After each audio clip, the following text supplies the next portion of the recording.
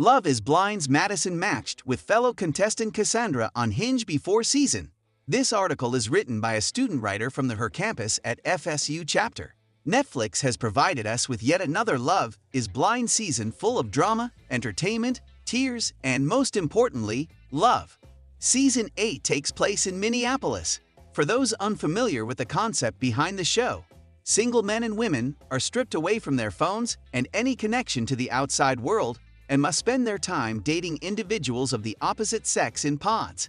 In these pods, they form emotional connections with potential partners without seeing them face to face. It's only after couples get engaged in the pods that they are able to meet in person and then go on a paid trip, which, in this season, was to Honduras. The couples then begin to integrate their lives together and have 4 weeks before standing at the altar. This season, 5 couples ended up getting engaged: Lauren and Dave, Sarah and Ben, Taylor and Daniel, Monica and Joey, and Virginia and Devin. Each couple experiences a unique journey from falling in love in the pods to ending up at the altar, where they will need to decide whether they want to fully commit to the individual they met 4 weeks ago. The following is my ranking of this season's Love is Blind couples. Please keep in mind that I'm no relationship expert, but I am a dedicated and loyal Love is Blind superfan. Couple this season, and I'm 100% rooting for them to make it all the way to the end. It's been fascinating to watch Taylor and Daniel bond in the pods over their shared interests and similarities, such as their intense love for Christmas. It was also so heartwarming to see them meet one another's families and witness just how much they value one another.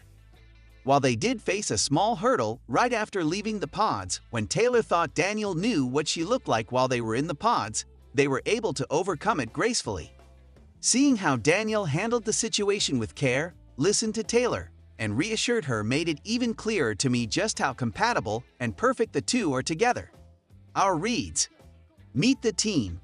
Join us. Photo by Emma Basso from Pexels. Culture. Season 8 Love is Blind couples ranked.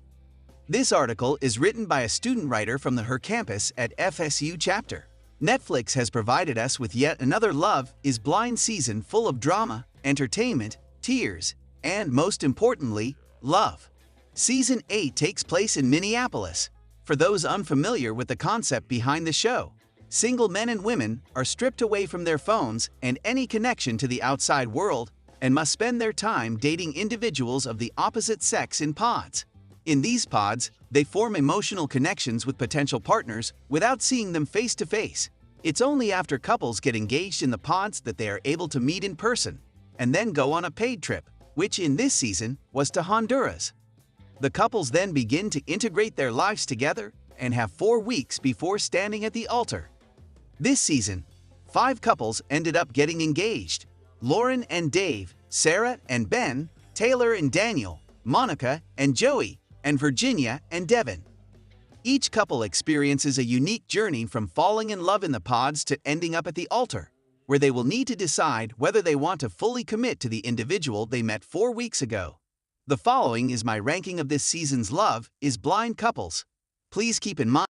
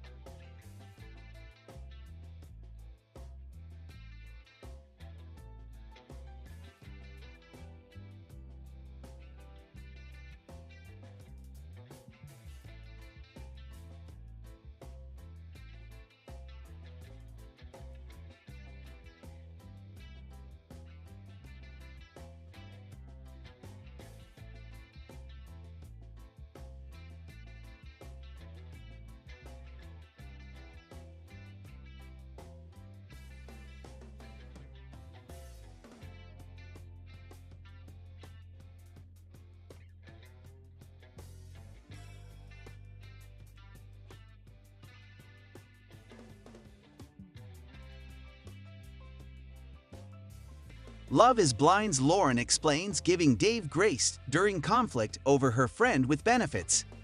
Devin, who stated he is a Christian, didn't really respond, but argued that couples didn't need to agree on everything to get married.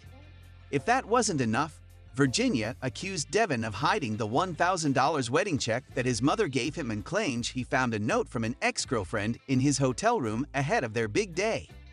While he didn't have a good explanation for the check, Devin claimed that the ex-girlfriend in question was one of his best friends who is now in a relationship with someone in his wedding party. Sealing the deal that these two weren't a match, Virginia and Devin argued over who ghosted who and left us with more questions than answers. Ben and Sarah, courtesy of Netflix. Ben continued to play the amnesia game during his hot seat moment with Sarah, telling his ex and the crowd that he didn't remember his church's views on the LGBT+ community. He eventually admitted that he likely didn't pay attention to any mention of the LGBT+ community at his parish because it didn't directly affect him. When the topic shifted to the headline-making TikTok allegations against Ben, Sarah reiterated that she wanted to trust him at the time, but no longer does. "Knowing now what I know about Ben, a TikTok like that makes sense," she said. Love is Blind's Virginia claims she saw a note from Devin's ex the night before wedding. According to Sarah, the twosome tried to date and lived together for a week or so after their failed wedding. Ben even allegedly agreed to temporarily move to Nashville with Sarah after she left for Music City, with Ben supposedly set to join her at a later date. Sarah claimed Ben removed her from Find My Friends and ended things with 3 very scripted apologies. Ben argued that the duo had a conversation that he perceived as a breakup before Sarah left, but she insisted that the plans for him to move in with her were still in place. When the twosome did finally talk again weeks later, Ben reached out to try to get on good terms with Sarah, because he was advised by a former cast member to get on the same page with his ex ahead of the reunion. While Ben didn't want to name names, Sarah quickly revealed it was Season 6 star Jimmy Presnell who told Ben to script responses with Sarah. It's hard not to laugh thinking about Ben taking advice from Jimmy, another missed opportunity for the cameras. Sarah concluded that she felt love-bombed by Ben, who didn't really do much besides try to awkwardly smile his way through the rest of the segment. If he did prepare a script, he should have considered a different writer. Monica and Joey. Greg Gaines / Netflix. Monica came out swinging in a way viewers likely didn't expect, accusing Joey sliding into Coster Madison's DMs. While Joey said he reached out to several cast members and tried to downplay the message, Madison eventually revealed that he had complimented her new pink hair and told her that he wished they talked more at the group hangout that was featured on the show. Not a crime, but also not a message you should be sending days before your wedding. Despite dating in the pods, Madison made it clear that she had no interest in Joey, and Monica accused her ex of gaslighting her, as Joey denied ever telling Monica that Madison was a potential threat to their romance. Love is Blind Sarah received new information about Ben 5 days before wedding. What you didn't see. Watching the show back was also clearly difficult for Monica. "It was embarrassing," she said. "I'm thinking to myself, this man is not interested in you romantically. How could you not see?" Joey tried to argue that Madison's sister's lack of acceptance was why he pulled away. Nick Lachey had a good point. It happens, arguing that Monica's sister might have picked up on Joey's skepticism and didn't want her sister to get hurt. Lauren and Dave, courtesy of Netflix. Justice for Lauren was served when Dave admitted that Lauren's former fling was reaching out for the wrong reasons. While he absolutely regrets listening to the other guy, Lauren wasn't buying it. "I just don't fully believe it. You had my phone number for the last year," she said. "You made no effort to show that in any capacity." After correctly declaring that she had a lot more emotional maturity than Dave, Lauren clarified that she doesn't agree with the social media comments about Dave being a narcissist or manipulator. She concluded that he tried his best with the information he had. While we still didn't get much clarification about his sister and his refusal to meet Lauren, Dave claimed that she had watched the show and struggled with seeing how hurt Lauren was and how hard it was for her to go through that. Show comments.